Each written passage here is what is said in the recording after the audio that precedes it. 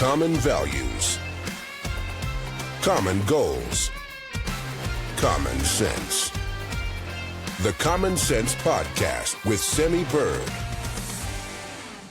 All right. Well, happy Veterans Day, everybody, and welcome. Hopefully, we're live streaming on Rumble, YouTube, Twitter, Facebook, and more to come. Technology, and here I am, a baby boomer, but we're going to make it work. This is Veterans Day. Happy Veterans Day, everybody. Yesterday, we celebrated the Marine Corps birthday, the 240, I believe, 8th birthday of the United States Marine Corps. Semper Fi, Devil Dogs. Thank you for everything you do. Once a Marine, always a Marine. We carry that esprit de corps for life, and today we celebrate Veterans Day for all veterans. But for those of us who live in Washington State, it's a very special day as well. This is the day, November 11th, 1889, when the Washington State Constitution was signed into effect. And the relevance of that and Veterans Day, keep in mind, when you think about Veterans Day and you think about the Constitution, without our veterans, without the American veteran, there would be no America. Without the American veteran, there would be no America. That is something to ponder. That is something to think of. Going back to our War of Independence, think about that. The Continental Army, those brave men and women, many of them young boys, girls, stepping forward to serve their nation in a battle against the most powerful nation on the planet, the British Empire. And yes, they did. And here we are because of those brave American veterans. And back then, our veterans made up, when you look at the population of the colonies, they made up approximately 12.5% of the population. 12.5%. Today, when you look at our veterans currently serving, the numbers are drastically different. We're looking at 0.04% of the population are currently serving in our armed forces. Why do you think that is? Is it because we've lost faith in America? Is it because we lost touch with our American traditions? Did we lose touch with what America is, what we've always fought for, what we believe in? I mean, why do we have some of the lowest numbers when it comes to recruitment and retention currently in our armed forces? I think it's because our society is drastically changing. We have changed so much that people find the American flag, many of them, to be offensive. They find religion, believing in God, to be offensive. They find the Bessie Ross flag as a symbol of racism. I think you can find anything if you continue to make things up, if you don't understand your history, if you don't understand the Constitution, and if you don't understand the beauty of America, the fact that America was founded on the principles of diversity. Stop and think about it.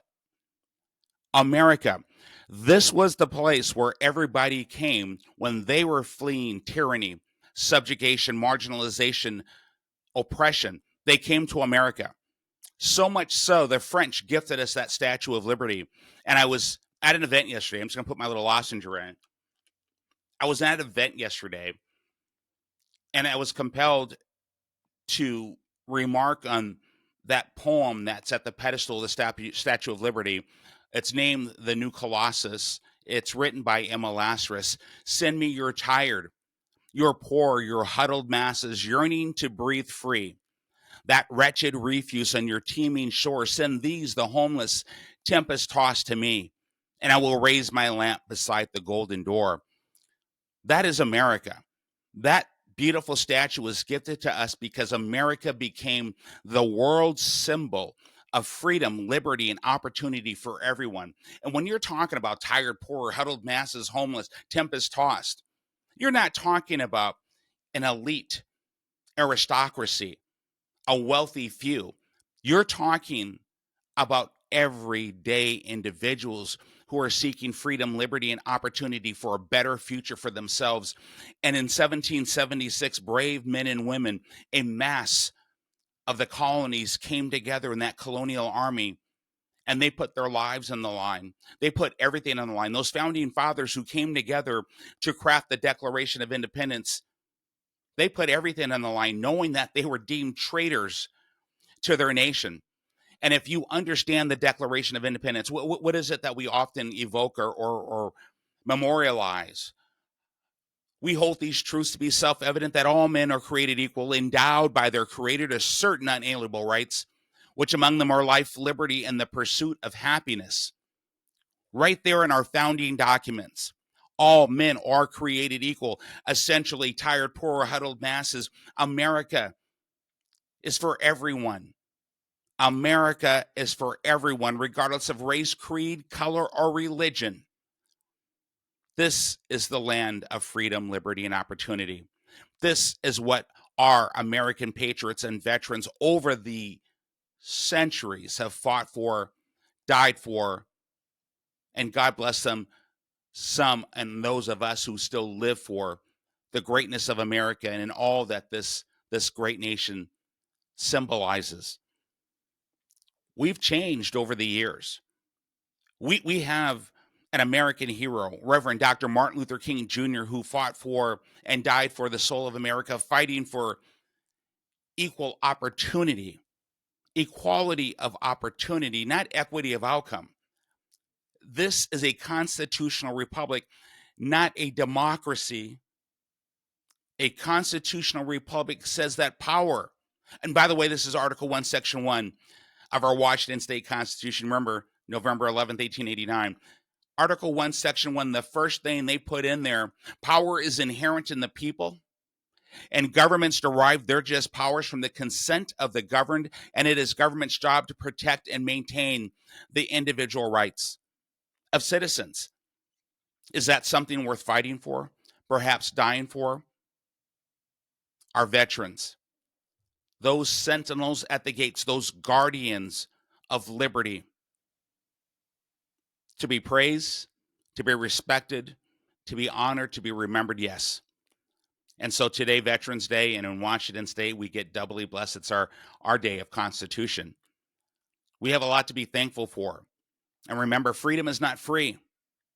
But stop and reflect right now. Look at where we're at as a nation, as a state here in Washington. Take a pause.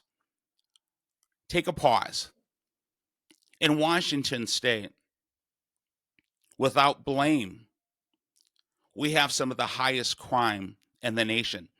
In fact, we just bumped up and escalated to being number 2 in the nation for auto theft. Number 2 in the nation for auto theft. And what does our Attorney General do? Instead of cracking down on crime and holding criminals accountable, those criminals who would take away law-abiding citizens' individual rights, instead of holding criminals accountable, this Attorney General sought to sue the automakers for making cars too easy to steal, using taxpayer dollars to target private industry manufacturers. How dare you make a car easy to steal? That is what the problem is, not the out-of-control crime. Rape is up 51%. Property crime is up 73%. Murder is up 95%.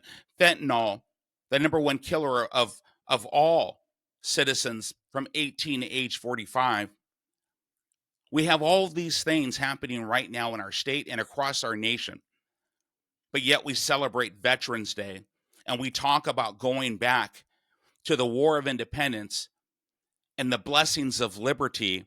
And what I'm saying to you is simply this. We know that they did not die for nothing. We know that that war for independence and the wars that came after were not for nothing. Lives given, lives lost were not for nothing or in vain. And what is our responsibility as citizens, whether you are a veteran, serving, not serving, whether you're just like many of us, an everyday citizen, what I call a career American who seeks every day to make way for yourself, your children, your grandchildren, just seeking a better way of life, a career American, again, regardless of race, creed, or color, we are all citizens of this great nation, brothers and sisters. This is the time for us to stand. Think back again when we declared our independence. Can we say perhaps today is the day to stand strong together again, as our veterans have done over the centuries, standing strong for our American values, our beliefs, our American way of life? Is it not today that we should say that we are going to stand strong, we're going to move forward going into 2024, and now under the principles of self-governance to say we the people are taking back control of our state? And how we do that in a constitutional republic, because power is invested in the people, that it starts with us, and we vest power into those government officials to serve us, to acknowledge and to enforce the rule of law. That is why we vested power into them to do their job, to serve the citizens that put them in office. This is the time for us to stand up and remember what the Constitution, what it stands for, why it is important. The Constitution is not a bad name. Even Martin Luther King referred to the Declaration of the Constitution as magnificent documents. We know right for wrong. Is it not the time for us to stand together, exercise our self-governance, take back our state and our nation? And I'm talking about by the power of our vote, by getting out, by getting engaged, by knocking on doors, by talking with our neighbors, by spreading the word about what we stand for and how beautiful and how blessed we are. Do you realize we are born, all of us, into privilege? If you're born in this nation, if you are an American citizen, you are born into privilege. And if you are now a citizen who came from another country, have you found that many of them appear to appreciate this great nation more than some people who were born here? Is that not a shame? But what I say to you is this: probably because we've had everything. And those who come here know what it's like to have nothing. I had a gentleman I worked with when I was working in federal government, a Filipino American, a great patriot and a veteran. And he said to me, "Simi, in my country, when I was younger, if you did not work, you died." Imagine that. And for many of us and veterans, we understand this. We've traveled around the world. Many of us have served in combat in foreign countries. We've seen death. We've seen evil. We've seen bloodshed. We've seen hardship, despair, and hopelessness. Babies bloated on the side of the road. People living in poverty and despair. But we've also seen people living in poverty with very little, but yet in many countries, they're happy. They're appreciative of what they have because they realize that their quality of life is not determined by their wealth or the size of the bank account that they may have, but by the blessings of liberty of their family, their children. I guess what I'm saying is it not time for us to stand up and realize our blessings of liberty? Is it not time for us to stand and do something? You know, American veterans, many of us who have served enlistment after enlistment after enlistment, we swear an oath, our oath of enlistment. What is it? To protect and to defend the Constitution of the United States. Why do you think that is at the very beginning of our oath? Because the Constitution of the United States of America is the foundation upon which this great nation is founded. And when you live in a state where you have an administration that passes laws that undermines the Constitution, the will of the people, that infringes upon the liberties and freedom of citizens, that is one of the greatest violations you can have. Elected officials who forgot who they serve, or perhaps never read or understand the Constitution. The fact that our Second Amendment rights are paramount. You don't have to be a gun owner. You don't even have to appreciate guns. But the principles upon which this nation was founded, can we not appreciate the Constitution? And if you understood our history, you would understand why it is valued. But if you see what's happening right now in Washington State, where law after law is passed, where we're usurping or attacking that foundation. And what happens when you attack on a foundation of anything, of any structure? The structure crumbles and it comes down. We have cracks in our foundation, my friends, and it is up to us, the citizen, to exercise our self-governance, to hold our elected officials accountable and say, no more. We're holding the lines. We're going to unite as citizens, regardless of politics, regardless of policy, party, race, it doesn't matter. I'll say that over and over and over again. It is time to put people over politics and to understand our history and the Constitution. This is what the American veteran have always understood. And yet they put their lives in the line to ensure our freedoms. Once again, freedom is not free. And I say that to all of you listening, and please spread the word. Tell everyone you know. It is time for us to come together for something greater than ourselves, and that is the preservation of our nation and our American way of life. And the American way of life, again, is for all citizens, knowing that our diversity is our strength. And when I say our diversity is our strength, it's simply this. We're not meant to agree on everything. That makes no sense. If we agreed on everything, this groupthink, this homogenous thought process, we would never be the most powerful nation in the world. What I'm saying is Socrates understood it, Plato, the Socratic method of dialectic engagement, where we came together and we brought forward our ideas, our thoughts, and we discussed it, and we learned from one another. And sometimes we didn't agree on everything, but we still listened. We did so with respect. And the worst thing that could happen was that we left the room with respecting one another. We agreed to disagree until another day. We'll talk about it again tomorrow. But now we live in a nation right now where all that we fought for, all that many bled for and sacrificed all for, we see others bringing back the principles of segregation. Modern day segregation in America, where we say we have to isolate and segregate and differentiate, where we're dividing. You're gay, you're trans, you're black, you're white, you're Jewish, you're Muslim, you're Christian, you're atheist. Why? A nation that we called ourselves or was deemed known as the melting pot, which means all, that diversity of thought that makes us stronger.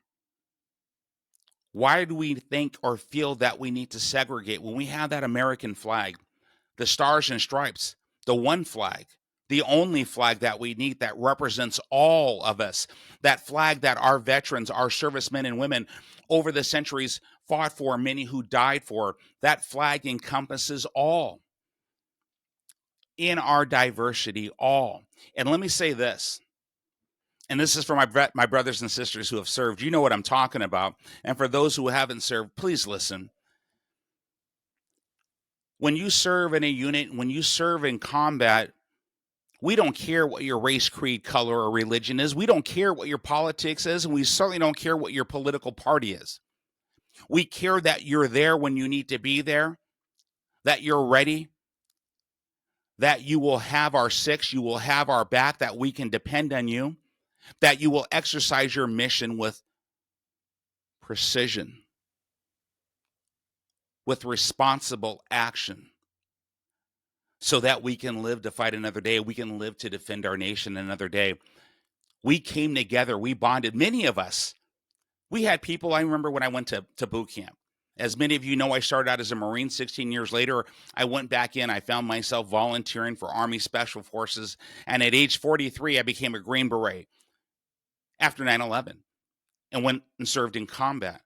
But one thing we hold common, many of us who went to basic training or boot camp, some of us coming from the foothills of Kentucky, the cities of Detroit and Chicago and New York, the cornfields of Idaho, the prairies of Texas, all different walks of life.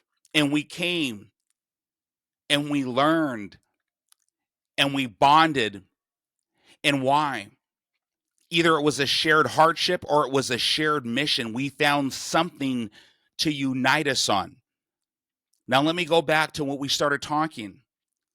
Is America not worth us bonding together right here in Washington State to say that we are a nation, we are a state where people are suffering, where we have out of control crime? Can we not come together and bond to say that we are now wanting to usher in a new time where we have safe streets, better schools? We are dealing with the homelessness.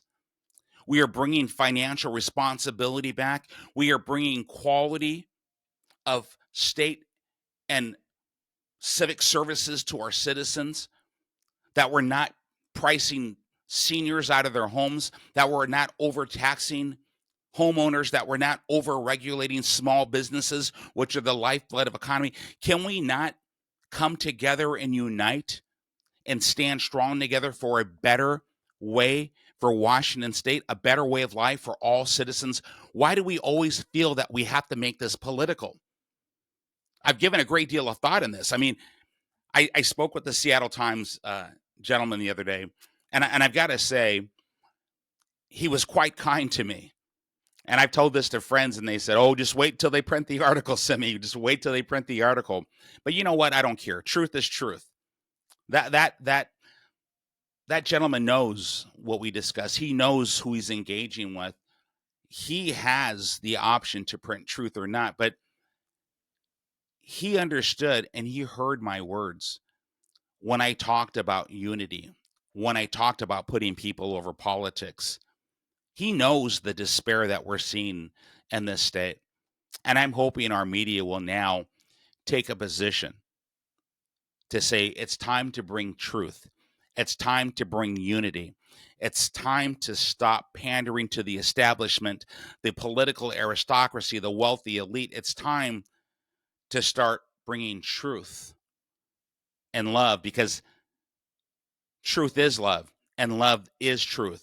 If you care about someone, you speak truth. That's just how it is. By the way, that's scripture.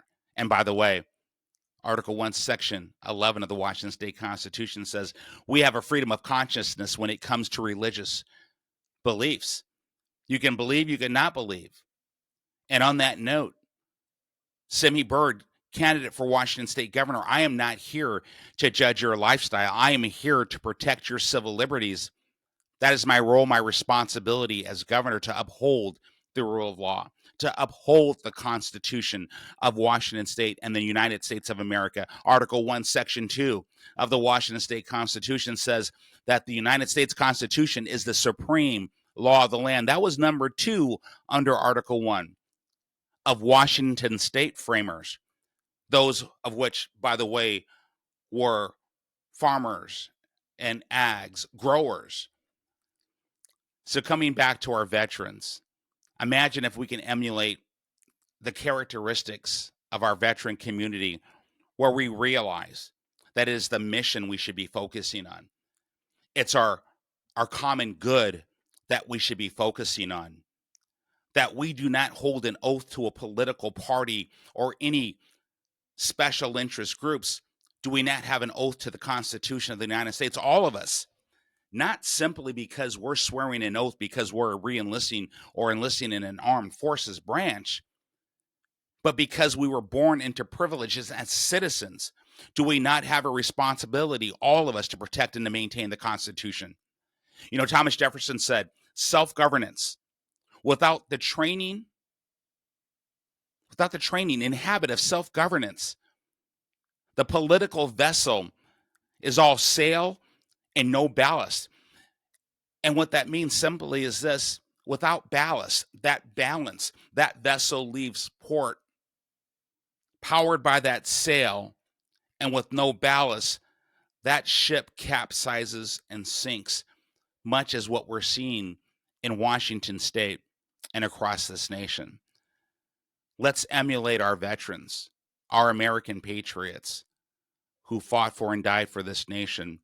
It's time to unite. It's time to come together. It's time to set aside our differences, but understand that our differences give us strength and that it is worth it to stop and listen to another person.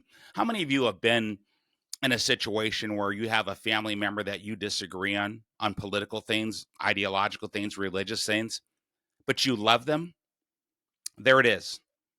You love them. You may argue with them, but at the end of the day, you come back together because you love them. And why? You'll say, well, because we're blood. We're blood. I love them. I have to love them. We're blood. But we're American citizens, Black American, brown American, African American, white American, European. I don't care. Muslim American, Jewish American, Catholic American, commonality American. Is that not like a family, an American family, that we can say we don't always agree, but we are brothers and sisters in this nation, this beautiful experience powered by the stars and stripes in our history, that we can say, you know what, we didn't agree in this, but we're in this together. We're in this together. So we all have an oath to protect and defend the Constitution and the American way of life. We all have an oath. It's time to start acting on it. And we'll talk in another episode about election integrity. We'll talk about that because it troubles me. And I'm not an election denier. As governor, I will be an election enforcer. I will be, I believe in in-person voting. I believe and I believe that our right to vote, to have equal access and opportunity to vote, that system should be bulletproof. We should willingly and welcoming. We should be able to say, here's my ID. Just like I go to buy something, I have to show my ID. This is our privilege. This is a civil liberty. Why would we not feel that we cannot show an ID? Why do we feel that it's somehow an imposition to gather together and go down and celebrate our liberty and vote in person?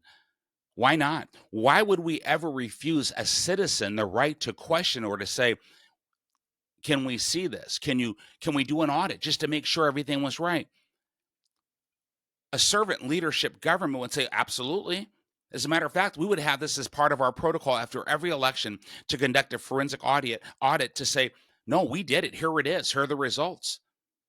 We're good. You're good.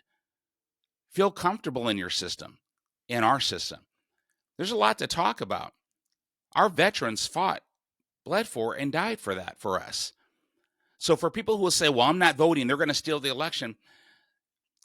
You may not like what I'm going to say, but that is not honoring our veterans who died for this nation, who died for your freedoms, my freedoms. No, we will vote. And under the principles of self-governance, we will get involved, we will get engaged, we will rally together, we will unite, because you know what? Election integrity is not Republican, it's not Democrat, it's not independent, it's all politics.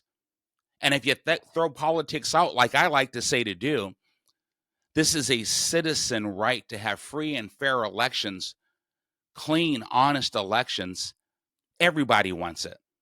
And if you stop and think about much of what I say over my podcast, what we talk about in terms of lawlessness, homelessness, equality of education, I mean, what's political about that? To say that we want to clean up the streets, we want to bring compassion to those who are dying slowly in the streets, and to understand that giving them more needles doesn't help them, it hurts them.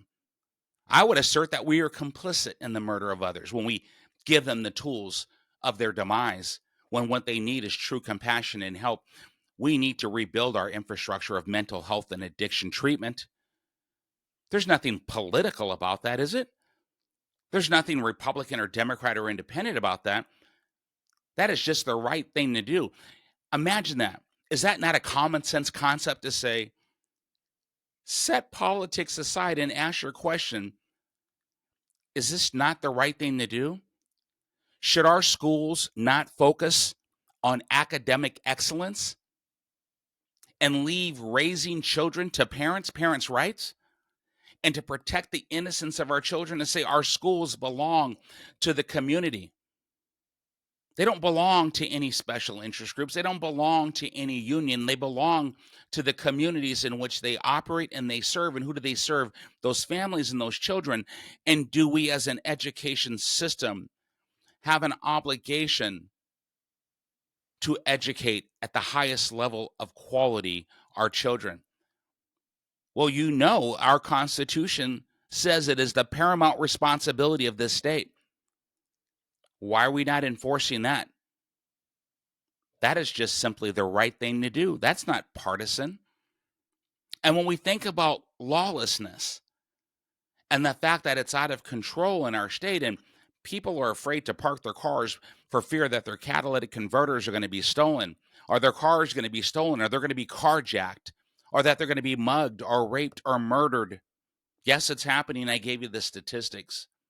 If we say that it's time to stop that nonsense and hold criminals who would violate law-abiding citizens' rights, to hold those criminals accountable for their actions.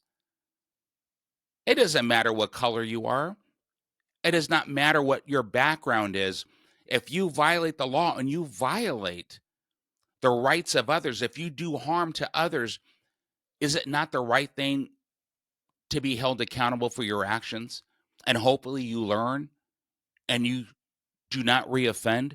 Or for those prosecutors and judges who are failing to prosecute these criminals, catch and release, is it wrong to say they should be held accountable to honor their oath of office, to enforce the rule of law? That is their jobs. And I spoke with someone last night at this beautiful veterans event, and a gentleman asked me, or he stated, oh no, people in Seattle and King County, they're more focused on diversity, equity, inclusion. I said, sir, stop right there. Since last November, I've been going into those communities, black and brown communities, all communities, spending a lot of time there. And by the way, I may know something about it. I was raised in Seattle since I was a little boy. And I said, when you have lawlessness in our communities, it is not the wealthy elite that suffer. It's those people living at or below the poverty line who have to live in these poor neighborhoods. They are the epicenters of lawlessness. And here is the facts. This is a statistical fact. They want more law enforcement, not less law enforcement. They want criminals to be held accountable because no human being wants to be harmed. They want safe streets, clean streets for their children to play at. Is that not a common sense request? There's nothing political about it. It's the right thing to do. And when you understand that small businesses, when it comes to all citizens employed in Washington State, 50.7% of all businesses or all employees are employed by small businesses. So should we not deregulate and make it easier for small businesses to thrive because they give so much to our community?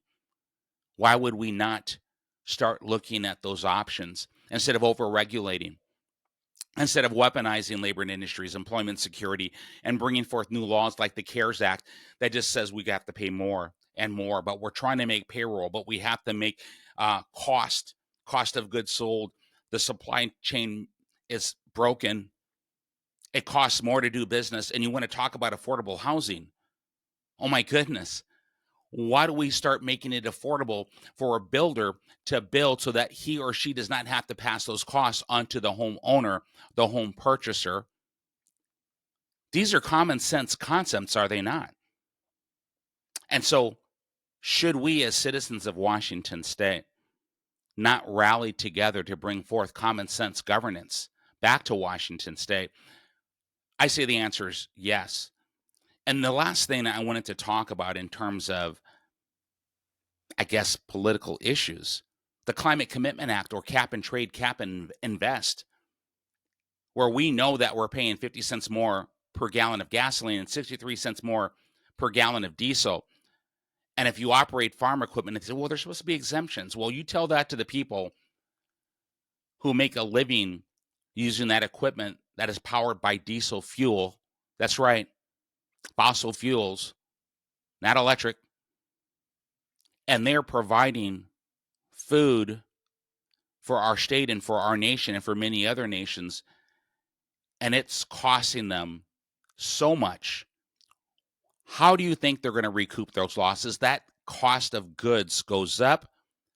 The cost of goods that you will pay in the grocery store goes up. The cost of gas, someone living and again, at that or below the poverty line, who is making their way through life in a minimum wage job, they are paying so much more per gallon of gas just to get to work. Do you see what's happening? Think about wintertime. We're coming into winter. You know it's colder. Oil furnaces, natural gas, the cost of heating, it's all going up. And this administration tried to hide that. They said, oh, no, we're not going to talk about the reason why costs are going up. But they were caught, and we know.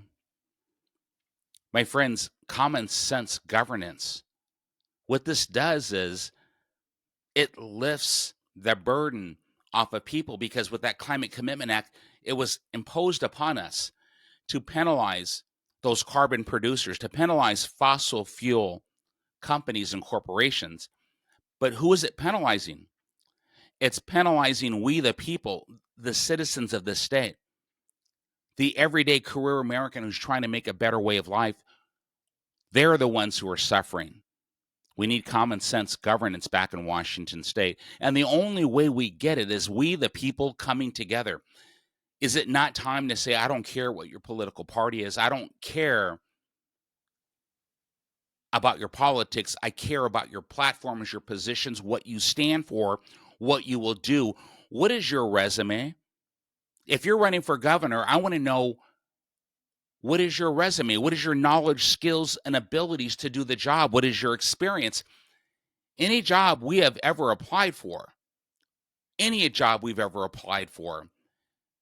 did we not have to show a resume?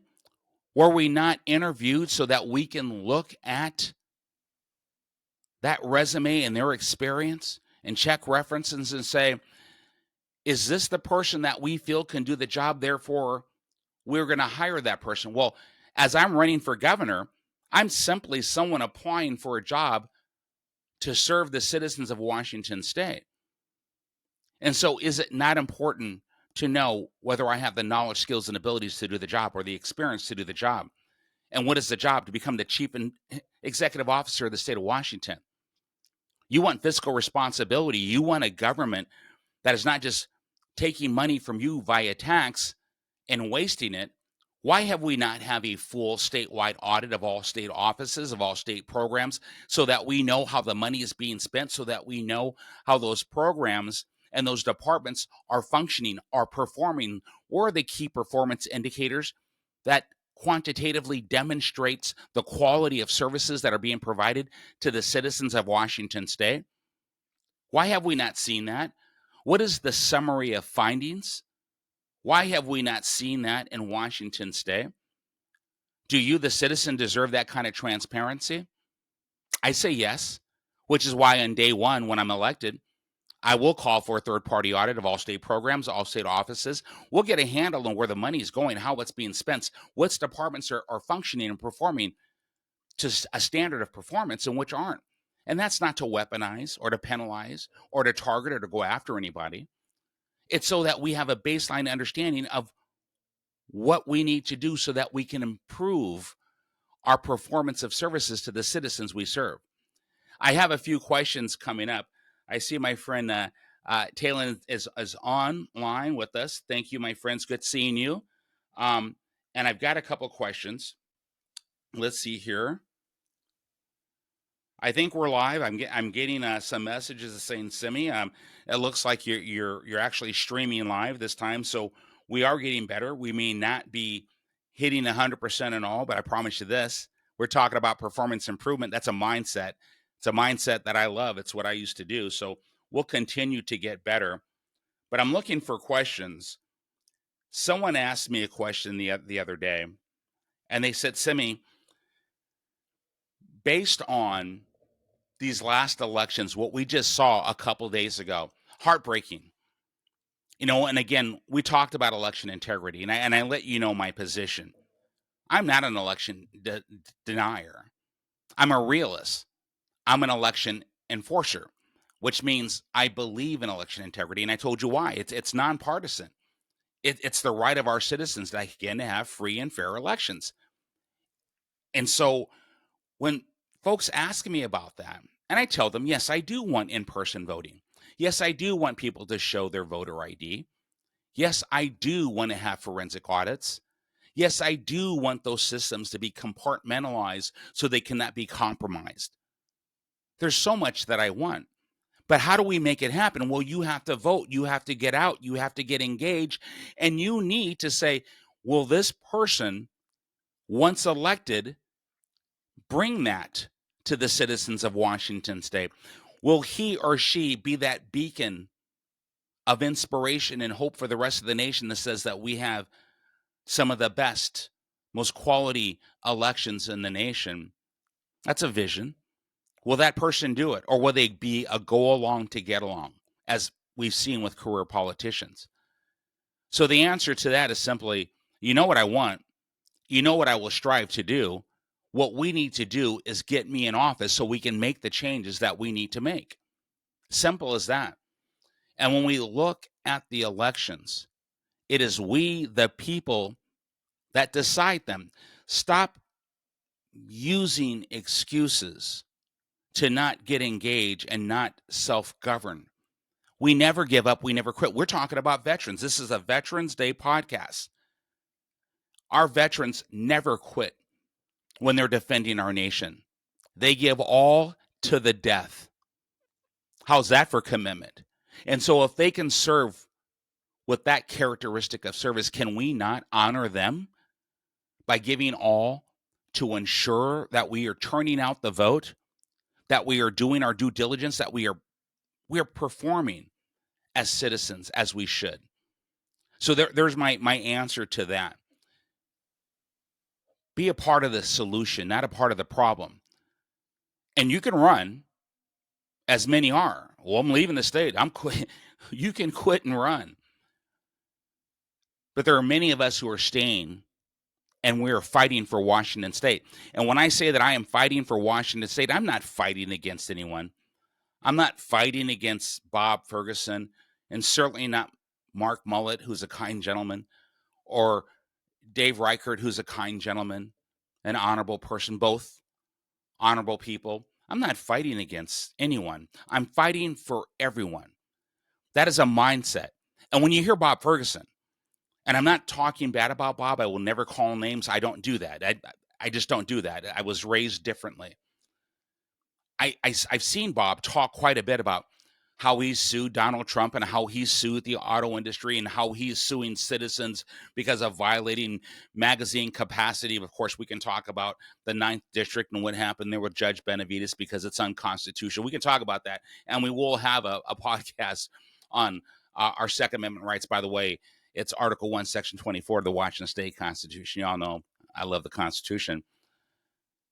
What does that say about a mindset of someone who would serve as the chief executive officer of the state when they are proudful about targeting and suing and attacking others when they should be fighting for and protecting the constitutional rights of everyone, not going after them, not targeting them, not trying to take away their constitutional rights, fighting for a better way of life, growth and prosperity for all citizens?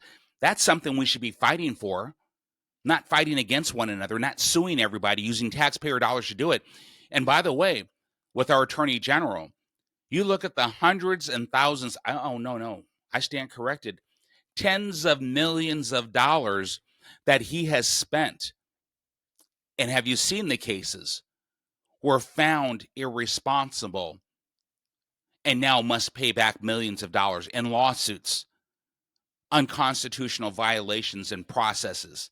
We need a governor with a mindset of performance improvement and creating value for all citizens, not targeting anyone except to lift them out of poverty and despair. It's a mindset. I'm bringing a different mindset.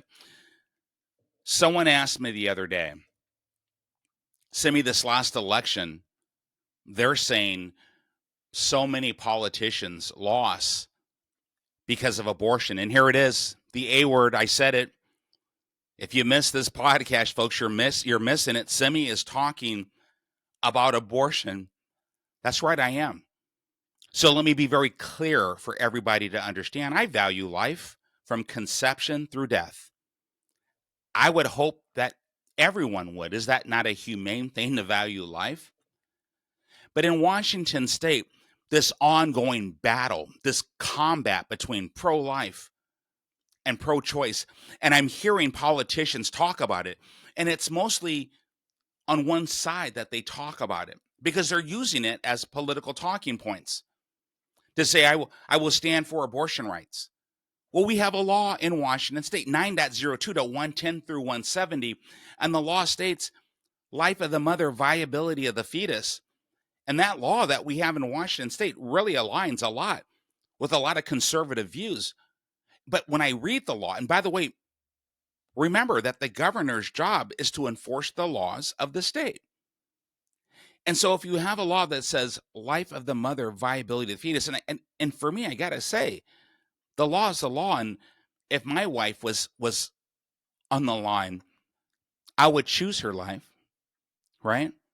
If my unborn child's life was on the line, I would choose their life. That's me. But as governor, my job is to uphold the law. And so when we look at that law, what it's saying is if your life is not on the line, mom, or that child's fetus is viable, then you may have presented in a situation where you are incapable to take care of a child, to carry that child through to birth. So what I say as governor, we don't vilify women. We support them, and let's give them more choices. You heard me right. What about the choice of adoption? What about having the support, the financial support? Instead of vilifying them, let's embrace them. Let's support these women. Let's ensure that they have that prenatal care, that they can hear that baby's heartbeat. I think it's the right thing to do. I mean, we have social services. Why are we not utilizing them to help these women instead of using them as pawns in a war, which there should not be a war in Washington state because we have a law that regulates us until we, the people, change the law? I, as governor, will bring programs to support. Does that make sense? And imagine this, educating young men and women, young men to be responsible for their actions. It takes two. That's right. Holding young men accountable for their actions. Supporting those young women. Also ensuring that young women understand their value in this life. My mother raised me, a kid born without civil rights. My mother made sure I understood my value, understood my self-worth. We should be bringing more programs into those inner cities. And by the way, it is a shame that 42% of all abortions are Black women. And there's a history there. Why are we not going in and bringing programs to support our citizens instead of vilifying them, instead of fighting a battle where there's no war? People are using it as a political talking point to get elected. Well, I'm not going to do it. I'm telling you straight up. Now it's recorded. Now you know where I stand on this particular topic. There it is. And so we're going to bring programs. We're going to support young women. We're going to lift them up. They're going to understand that they are not alone. We will not vilify them. We will give them more choices so they can continue on with their lives and not regret decisions. That's what we're going to do. That's what I can do. And let me close this portion on this. It is not my job to take away anybody's rights or to tell anybody what to do or what not to do. It's not the job of the governor. 43.06.10, those are the roles and responsibilities by law, RCW, Article 3 of the Washington State Constitution. That is what regulates my actions, that law and that constitutional article, and I know them by heart. I will honor the Constitution, I will respect our laws, and I will support and respect our citizens and bring forth programs to lift people up out of despair. Not vilify them or subjugate them or marginalize them. It's a difference. It's a mindset. So there's no battle. And I think the last topic I'll discuss as we're getting long in time. When I heard Hillary Franz, our lands management commissioner, announce that she is stepping down from the governor's race. This just happened, I think, 24, 48 hours ago. I wish her well, as I would wish anybody well. She says, well, she's proud of her service in terms of forest management. And I think we may have different views on that. Well, I know we have different views on that. And we're going to have shows talking about proper forest management. We will bring logging back. I'm just going to say that. We will bring proper forest management. We'll talk about hunting, preserving the rights of hunters and anglers, the North American model of wildlife conservation. We'll talk about that and holding commissioners accountable for bringing that balance. We'll talk about that.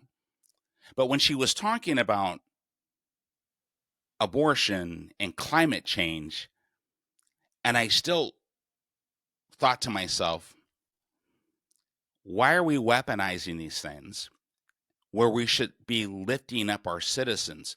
We talked about the Climate Commitment Act. So I believe what I'm hearing there is clearly these individuals support the Climate Commitment Act. I support our environment, but I do not support causing hardship to our citizens at a time where we're in a terrible inflationary time, borderline recession, and that's another discussion that we could have. I love economics. Why would we bring more hardship to the citizens of our state? What we should be doing is lowering those gas prices. What we should be doing is lowering the cost of goods. What we should be doing is lowering our retail taxes. What we should be doing is deregulating our small businesses. We should be creating value for our citizens to ease those burdens. Those are things that we can control if you understand how to run a government, if you understand how to run an organization, and if you have a mindset for continuous improvement, accountability, and transparency, and servant leadership. These are the things that we can do. That's right. It's not political, really. I mean, I would listen to someone. You can tell me and talk to me about climate change. I've listened to everything. I believe in renewable energy. Hydroelectricity, 65% of our electricity, hydroelectricity. We have a great project right now in Goldendale that's taking hydroelectricity energy storage to a new level through innovation. Why are we not talking about portable nuclear? Portable nuclear, carbon-free, clean, which will enrich our state, lower our prices for energy. There are options that are out there. And by the way, it's safe, very safe.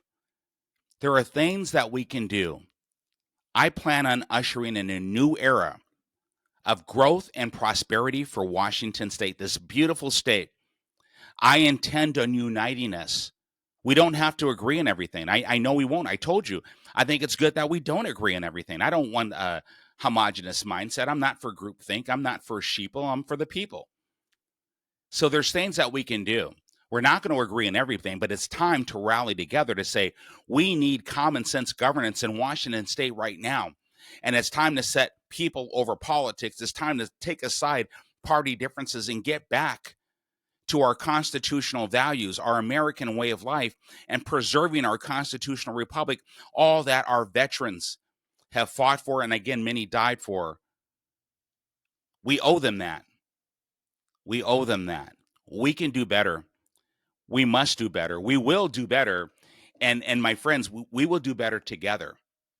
That is the difference. That's the mindset I want to bring when we get elected in 2024 to Washington State governor's seat in Olympia.